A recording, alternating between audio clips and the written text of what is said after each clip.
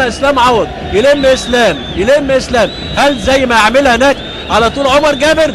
مين هيستنى هنا؟ اوه على الهدف الثاني، على الهدف الثاني جعفر يحط الهدف الثاني.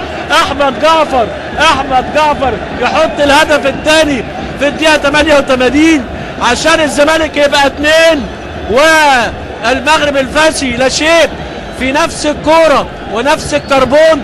وهدف احرزه احمد حسن بطريقه احمد جعفر احرز هدف الثاني بطريقه احمد حسن في الدقيقه 88.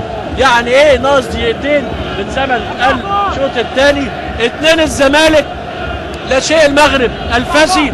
الناس اللي في الحر في البلكونات خشهم، الزمالك جاب هدف ثاني، عمر جابر اهو يلعبها وعم جعفر ينطحها ويحط هدف جميل قوي. مش بقول لكم من اول اللعب لو الزمالك لعب كوره بسرعه عندهم عمق دفاعي على قده، عمق دفاعي تعبان. 2 الزمالك لا شيء المغرب الفاسي في مفاجاه كبيره جدا. ايه نوع المفاجاه؟ مش عشان الزمالك